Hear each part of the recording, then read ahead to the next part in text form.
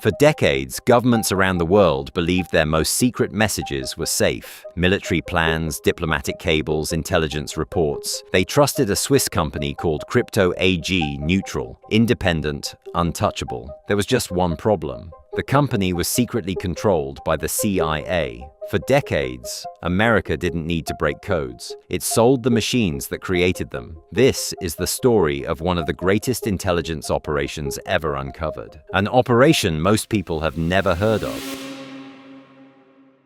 Before Crypto AG became one of the most trusted encryption companies in the world, its founder spent a decade building something far more valuable than any machine. A personal friendship with a man who helped create American intelligence itself. Boris Hagelin, a Russian-born Swedish engineer, starts his career in the 1920s at a company financed by the Nobel family, the nephew of Alfred Nobel himself. He designs portable cipher machines years before the Second World War. When Germany occupies Norway in 1940, Hagelin flees to the United States, taking his latest design with him. The American army buys it almost immediately. It's called the M209, a machine the size of a lunchbox. Simple enough for any soldier to use in the field, effective enough to protect military messages from the Germans. By the end of the war, the Americans produce more than 140,000 units under license. Around this time, Hagelin becomes friends with William Friedman, one of the founding fathers of American signals intelligence, an institution that will later become the National Security Agency, the NSA. This isn't just a professional acquaintance. It's a friendship that will last for decades and become the foundation of something far bigger than anyone could have imagined at the time.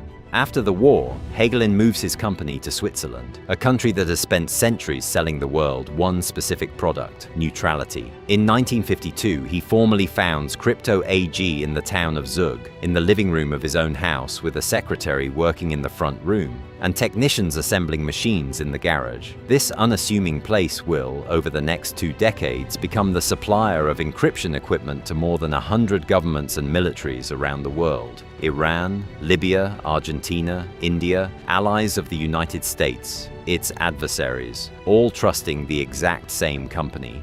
No one stops to ask why this particular company, founded by a man who spent the war working hand in hand with American intelligence, earned the trust of the entire world so quickly and so completely. Because the answer will turn out to be one of the best-kept secrets of the Cold War.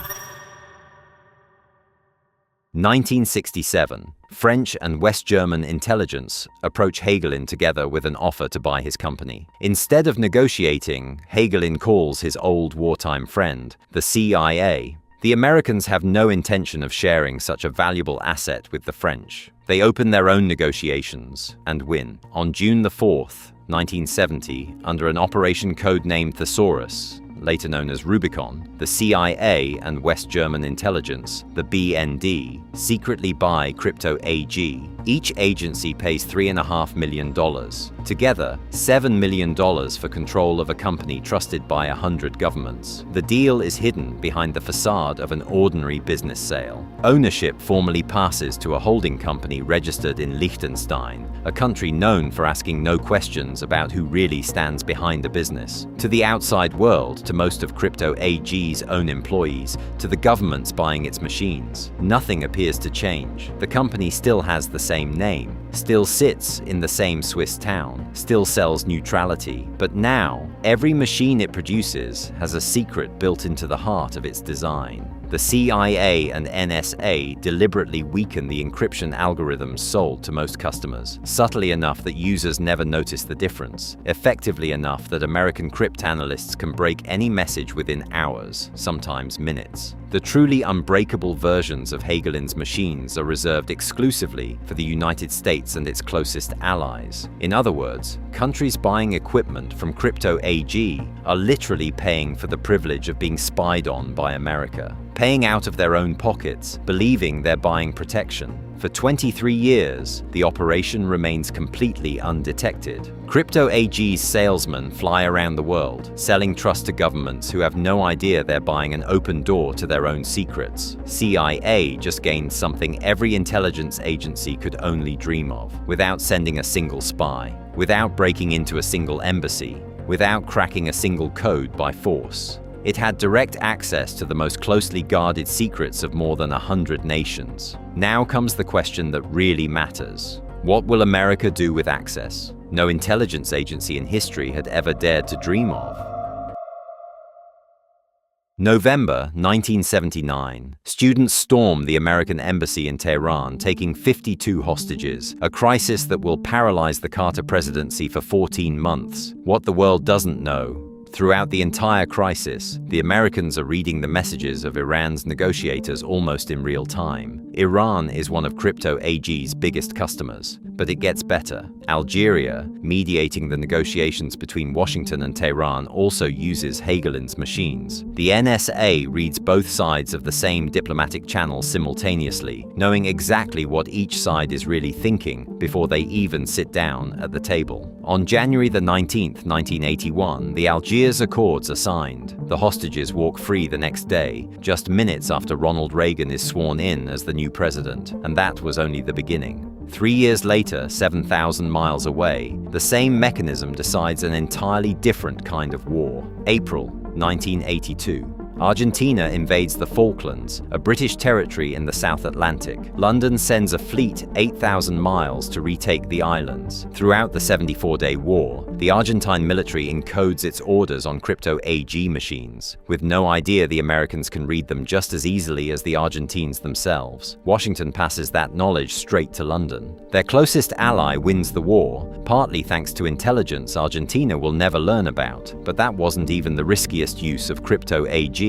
April the 5th, 1986. A bomb explodes at the La Belle discotheque in West Berlin, popular with American soldiers stationed in Germany. 2 people die, including an American serviceman. More than 200 are wounded. The Americans know who's behind it before the dust even settles. Libyan diplomats send an encrypted message to Tripoli, congratulating themselves on a successful operation. The NSA reads it the same day. 10 days later, Ronald Reagan stands before the cameras and announces the bombing of Tripoli and Benghazi. He publicly cites the intercepted Libyan cable as evidence. That single sentence nearly destroys 20 years of work. Libya uses Crypto AG machines. So do Iran, the Vatican, the United States, and NATO allies. If the Americans could read a Libyan message, every customer of the company in that same instant starts wondering, is someone reading ours too? For the first time in more than 20 years, there was a real risk the entire world would discover the CIA's biggest secret.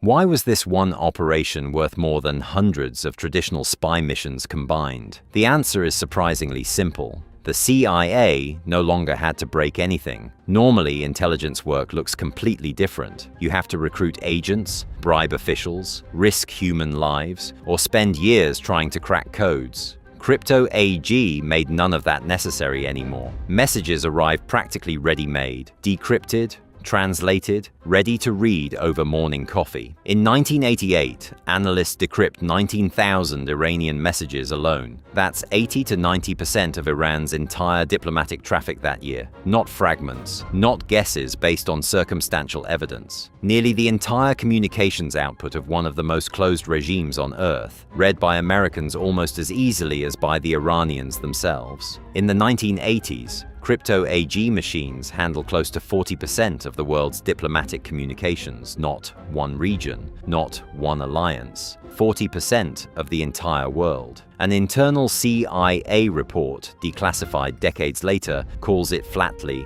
the intelligence coup of the decade. And the next line sounds almost absurd. Foreign governments were paying good money to the United States and West Germany for the privilege of having their most secret communications read by both allies at once. There is an exception, though. The Soviet Union never buys Crypto AG machines. Neither does China. America's biggest rivals never got pulled into this game, because trust, not technology, was the real currency of this operation. Every country that bought a Crypto AG machine was buying more than hardware. It was buying belief in Swiss neutrality, in the company's reputation, in the very idea that some things in the world remain above politics. Not algorithms, not electronics, not cryptography. Crypto AG's most powerful weapon was trust, and every trust, sooner or later, gets put to the test. That trust would finally be broken. 1992, Hans Bühler, a Swiss sales representative for Crypto AG, lands in Tehran for another routine meeting with Iranian clients. He's arrested on the spot, accused of espionage. Bühler has no idea he's selling equipment with a built-in backdoor. He spends 9 months in an Iranian prison, convinced of his innocence, because he genuinely is innocent. He knows nothing about the operation he's unknowingly taken part in his entire career. Crypto AG eventually pays a ransom for his release. But once back in Switzerland, Bühler starts asking questions, and he starts talking publicly. His story reaches the press. In 1995, the Baltimore Sun publishes the first serious report, suggesting the NSA had manipulated Crypto AG's equipment. A year later, Germany's Der Spiegel goes further, drawing direct links between the company and the CIA, the NSA, and West German intelligence, the BND. West German intelligence, terrified of growing exposure, pulls out of the operation in the early 1990s, selling its stake to the Americans. The CIA becomes the sole owner and continues the operation alone for another quarter century. But rumors and scattered articles are one thing. For nearly half a century, no one knows the full truth. That changes on February the 11th, 2020. The Washington Post and Germany's ZDF publish a joint investigation based on declassified CIA and German intelligence documents. For the first time, the world learns the true story of Crypto AG. 120 countries, nearly half a century of operation, hundreds of thousands of intercepted messages, and more than $100 million in profit, split between the CIA and the BND for decades. The company that spent 70 years selling the world trust ceases to exist even before this investigation is published, quietly liquidated in 2018. Today, the sign still hangs on the building in Zug. To most people, it's just the name of a defunct company. But for half a century, this was the headquarters of one of the greatest intelligence operations in world history. Because Crypto AG never really sold machines, it sold trust. And that turned out to be the most valuable currency of the entire operation. Crypto AG hasn't existed for years now, but the mechanism it built didn't disappear along with it. Today, governments around the world still buy technology from companies they trust for the exact same reasons they trusted Crypto AG. Because the company is independent, because it comes from a neutral country, because no one sees a reason to doubt it. Operation Rubicon ran for 50 years before anyone learned its full scope. For half a century, 120 governments paid for their own surveillance, convinced they were buying protection, which leads to a question that goes far beyond the story of Crypto AG. How many technologies we trust without hesitation today will turn out, 50 years from now, to be exactly what Crypto AG was for its generation?